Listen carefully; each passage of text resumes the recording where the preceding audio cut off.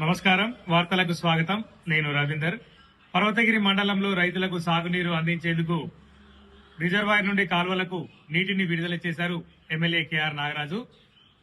కాంగ్రెస్ ప్రభుత్వం రైతులకు ఎప్పుడూ అండగా ఉంటుందని పేర్కొన్నారు. స్థానిక మార్కెట్ యార్డును పరిశీలించి రైతులకు ఎలాంటి ఇబ్బందులు కలగకుండా ప్రత్యేక చర్యలు చేపట్టాలని పలు సూచనలు చేశారు. దీనిపై మరింత సమాచారం ఇప్పుడు చూద్దాం. వరంగల్ జిల్లా పర్వతగిరి మండల కేంద్రంలోని రిజర్వాయర్ వద్ద ప్రత్యేక పూజలు నిర్వహించిన వర్ధనపేట ఎమ్మెల్యే విశ్రాంత ఐపీఎస్ అధికారి కేఆర్ నాగరాజు కాలువలకు సాగునీటిని విడుదల చేశారు. చివరి ఆయకట్టు వరకు రైతులకు సాగునీరు అందేలా చర్యలు తీసుకుంటామని తెలిపారు. ఎల్నినో ప్రభావం ఉన్నప్పటికీ రైతులు అవసరాలను దృష్టిలో ఉంచుకుని అధికారులతో చర్చించి నీటిని విడుదల చేస్తున్నామని పేర్కొన్నారు. రైతులను తప్పుదోవ పట్టించే రాజకీయాలను ప్రజలు నమ్మొద్దని సూచించారు. అనంతరం పర్వతగిరి మార్కెట్ యార్డును సందర్శించి రైతులకు ఎలాంటి ఇబ్బందులు తలెత్తకుండా అవసరమైన చర్యలు చేపట్టాలని అధికారులను ఆదేశించారు.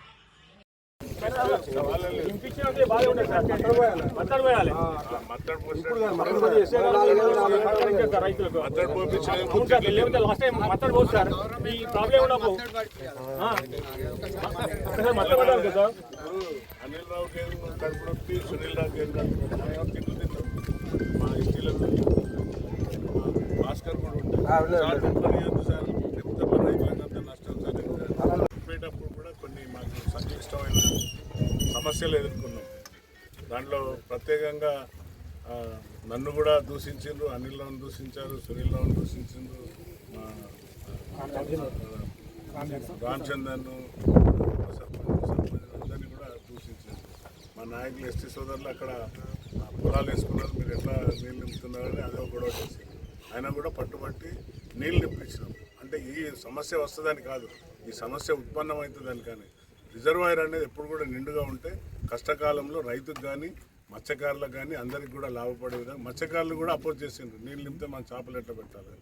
కానీ ఈరోజు ఈ ఎలినో ప్రభావంతో వర్షాలు లేక అప్పటికీ పలుమార్లు సైంటిస్టులు, శాస్త్రవేత్తలు, అధికారులు అందరూ కూడా చెప్తున్నారు, దయచేసి వరి పొలాలు వేయకండి, వరి నాటు వేయకండి. ఎందుకంటే వరికి నీరు ఎక్కువ తీసుకుంటుంది కాబట్టి. ఇప్పుడు ఏం కాదు, ఇప్పుడు నార్మల్గా మనం నాటేసినాక ఏమనిపించదు. కానీ ఎప్పుడైతే పంట పొట్టగస్తుందో అప్పుడు నీరు ఎక్కువ తీసుకుంటుంది. మరి ఈ వర్షపాతం కానీ బహుశా కోత సెప్టెంబర్ కల్లా కోతలు వస్తాయి.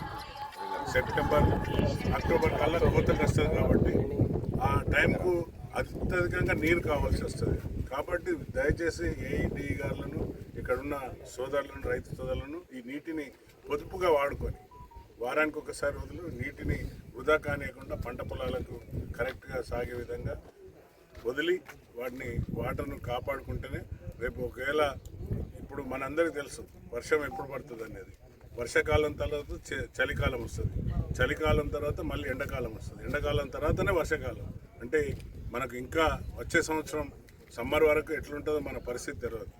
కాబట్టి దయచేసి రైతులు అందరూ కూడా అర్థం చేసుకోవాలి, నాయకులు అర్థం చేసుకోవాలి. రాజకీయాలు చేయొద్దు, రాజకీయాలు చేస్తే వర్షం పడదు, రాజకీయాలు మాట్లాడితే నీళ్లు రావు. నీళ్లు రావాల్సింది, పంటలు పండవలసింది నీటి ఆధారంతో, నీరుతో వచ్చేది పంట నీటితో పండుతుంది. కాబట్టి సమృద్ధిగా ఇప్పుడు ఎగువ మానేరు పైన అంటే మనకు ఎల్ఎండి మీద నిండితేనే మళ్ళీ కాకతీయ కెనాల్ వస్తే మళ్ళీ నింపుకోవచ్చు. ఇప్పటికే వర్షపాతం మనం 50% మైనస్లు ఉన్నాం. కాబట్టి రైతులందరూ గమనించి ఆర్తడి పంటలు పొమ్మంటున్నాం. అందుకని సైంటిస్టులు చెప్తున్నారు, మేము కాదు, మేము చెప్తే రాజకీయం అవుతుందని సైంటిస్టులు చెప్తున్నారు, అగ్రికల్చర్ ఆఫీసర్లు చెప్తున్నారు. ఆర్తడ పంటలు పోండి, చిన్న చిన్న అంటే కందులు, మినుములు, పప్పులు, పెసర్లు, మొక్కలు ఇలాంటివి నీరు చాలా తక్కువ పడుతుంది కాబట్టి దానికి వాడమంటున్నారు. కాబట్టి దయచేసి గమనించి ఇప్పుడన్నా రైతులు ఈ యొక్క వర్ష ప్రభావాన్ని చూసుకొని, ఇది ఎలినో సూపర్ ఎలినో, ఉట్టి ఎలినో కాదు. లాస్ట్ టైం ఎలినో వచ్చినప్పుడు అత్యధిక వర్షపాతం మన పర్వతగిరికే పడ్డది, అప్పుడు కూడా నష్టపోయినాం. మళ్ళీ ఇప్పుడు వర్షం లేక ఇప్పుడు పంటలు నష్టపోతున్నాం. కాబట్టి దయచేసి రైతులు ఈ యొక్క మారుతున్న పరిస్థితులను, ఈ యొక్క పర్యావరణ మార్పు, ఈ యొక్క వాతావరణ మార్పును బట్టి మనం కూడా మారాలి. ఎంతసేపు మనం వరి పంట మీద ఆధార కాకుండా మనం తక్కువ నీటితో పండించే పంటలు అంటే ఇప్పుడు చాలా వరకు ఆయిల్ ఫామ్కి షిఫ్ట్ అవుతున్నారు. ఆయిల్ ఫామ్తో మంచి దిగుబడి వస్తుంది. మరి ఆయిల్ ఫామ్ మనకు కావాల్సినంత బయట కంట్రీస్ నుండి తెప్పిస్తున్నాం ఆయిల్.